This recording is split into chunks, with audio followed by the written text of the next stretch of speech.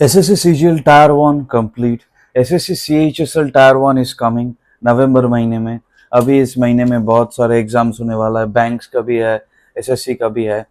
तो अगर आप लोग SSC CGL दिए हुए हो and are going for SSC CGL SSC CHSL, तो ये वीडियो आप लोगों के लिए बहुत ज़्यादा इंपॉर्टेंट तो होने वाला है। और अभी तक जो लोग ये प्रोसेस में हो लेकिन इस चैनल को अभी से सब्सक्राइब नहीं किए हो, make sure to subscribe this channel, video को लाइक कर दो। मेड फॉर SSC का Instagram, Telegram, WhatsApp surely like करो, फॉलो करो। और मेरा नाम है Prathay Ganguly, qualified CGL 2 times 14-16। अभी बहुत दिन से मैं इस चैनल से गाइडेंस दे रहा हूँ और इस वीडियो में मैं SSC CGL का प्रोसेस जो टायर 2 आने वाला है उसका इफेक्ट टायर 1 में कैसे पड़ेगा उसके लिए थोड़ा सा हिंट देने वाला हूँ। तो फर्स्ट पॉइंट इज, अभी तो क्वेश्चन पेपर निकला नहीं है, आंसर की भी आया नहीं है। आंसर की आ गया है वैसे, आंसर की पब्लिक के लिए नहीं दिया हुआ है, तो हम लोगों को पता भी नहीं चल रहा है, एनालाइज भी नहीं कर पा रहा है कि क्या आया था नहीं आया था। बट जितना हम लोगों को पता चल रहा है, GK is coming tougher, GK बहुत ज्यादा टफ आ रहा है और इंग्लिश कंपैरेटिवली टफ हो गया है। ये दो चीज टफ हो गया है। I'm telling you what we can learn from CGL so that we don't again face the same issues in the CHSL exam. तो जब तक पूरा का पूरा क्वेश्चन पेपर क्वेश्चंस आ नहीं जाता, हम लोग एनालाइज नहीं कर लेते, तब तक हम लोग बता भी नहीं पाएंगे कि कैसा एग्जाम आया था और मार्क्स कैसा आना चाहिए नहीं आना चाहिए, टायर 1 कट ऑफ नहीं कट ऑफ, ये वो। इसके बीच में NTPC का भी नोटिफिकेशन एडवर्टाइजमेंट चल रहा है, तो जो लोग NTPC के लिए भी जा रहे हो वो भी एग्जाम करीबन अभी कंपैरेटिवली CGL से इजियर हो गया है, लेकिन GK is the main thing.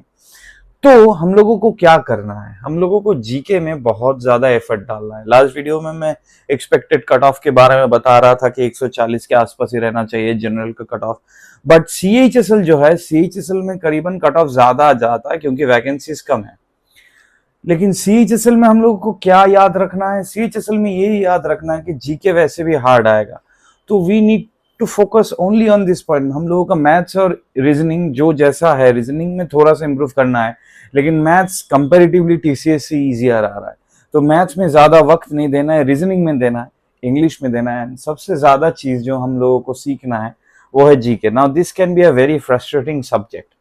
Coming from a science background, जब मैंने दिया हुआ था जीके में उतना इंपॉर्टेंस था ही नहीं, टायर 2 में तो जीके था ही नहीं, तो मैं ये बता सकता हूँ कि जीके पढ़ लो। लेकिन जो लोग जा रहे हैं वो लोगों के लिए this is a very frustrating process, क्योंकि नॉलेज का कोई अंत नहीं होता है। नॉलेज गैदर करना, that too for an exam, is very boring, is very very boring.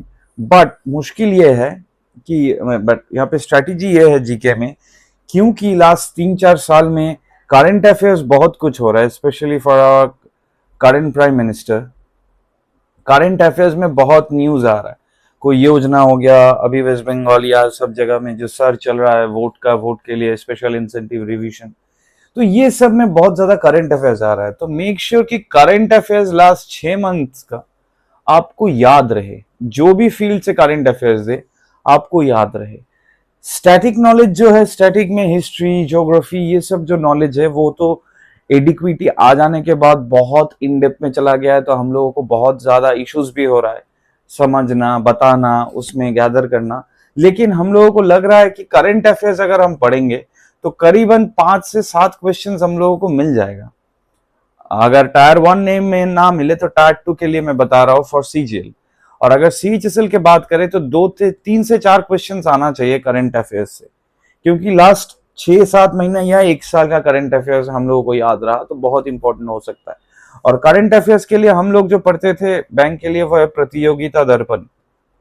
ये हार्ड कॉपी भी मिलता है, सॉफ्ट कॉपी भी मिलता है, तो you can always go for hard या soft, whatever you think is good for you to read enough. Current affairs हम लोगों को अच्छा रहना चाहिए। स्टैटिक नॉलेज में जब हिस्ट्री पढ़ेंगे, हिस्ट्री इन डेप्थ पढ़ना है, सिर्फ मुगल राज नहीं पढ़ेंगे, जो हिंदू रूरल्स थे, जो हिंदू डायनेस्टी था, जो हिंदू रूलर्स था, उन लोगों का भी कुछ एक्सेप्शनल जो काम किया हुआ है, इन द बैड वे और इन द गुड वे, सब हम लोगों को याद रखना है। स्पेशली हिंदूज बारे में बात करो, क्योंकि हिंदूज के ऊपर ही क्वेश्चन ज्यादातर आ रहा है, क्योंकि वो थोड़ा सा इग्नोर्ड पोर्शन है ऑफ हिस्ट्री, क्योंकि of the Mughal history and the British history, Hindu dynasty बहुत पहले आया था, तो उसीलिए थोड़ा सा इग्नोर हो जाता है वो बार बार, लेकिन एडिक्विटी इग्नोर नहीं कर रहा है उसे। एंड कुछ कुछ चीज जो है, जो एलिमिनेशन प्रोसेस है, हम लोगों को करना चाहिए जीके में। एलिमिनेशन प्रोसेस मतलब अगर एक्सट्रीम स्टेटमेंट्स देता है कि इसरो से कोई और देश का सैटेलाइट लॉन्च नहीं होता है, तो हम लोगों को पता रहेगा कि ये एब्सोल्यूट जो नहीं है, ये जो एक्सट्रीम स्टेटमेंट है, ये गलत है। लेकिन इसरो से 108 सैटेलाइट लॉन्च हुआ है, उसमें से कितने सैटेलाइट अमेरिका का था या फ्रांस का था, ये सब जानने के लिए हम लोगों को इन डेप्थ नॉलेज चाहिए।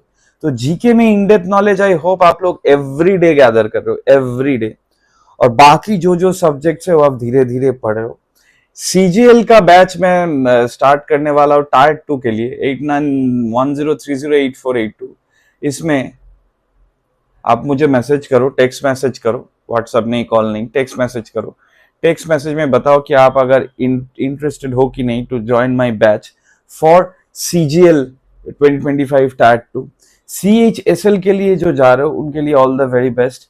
मैं यही बोलूंगा कि at least try, if you are OBC या ईडब्ल्यूएस, एटलीस्ट ट्राई कि आपको 140 से 150 आ रहा है। Whatever the question is, hard, difficult, easy, और वट एवर। अगर इजी आया पेपर तो और भी ज्यादा लेना है, क्योंकि अगर इजी पेपर आता है तो मुश्किल ज्यादा हो जाता है सिलेक्शन में।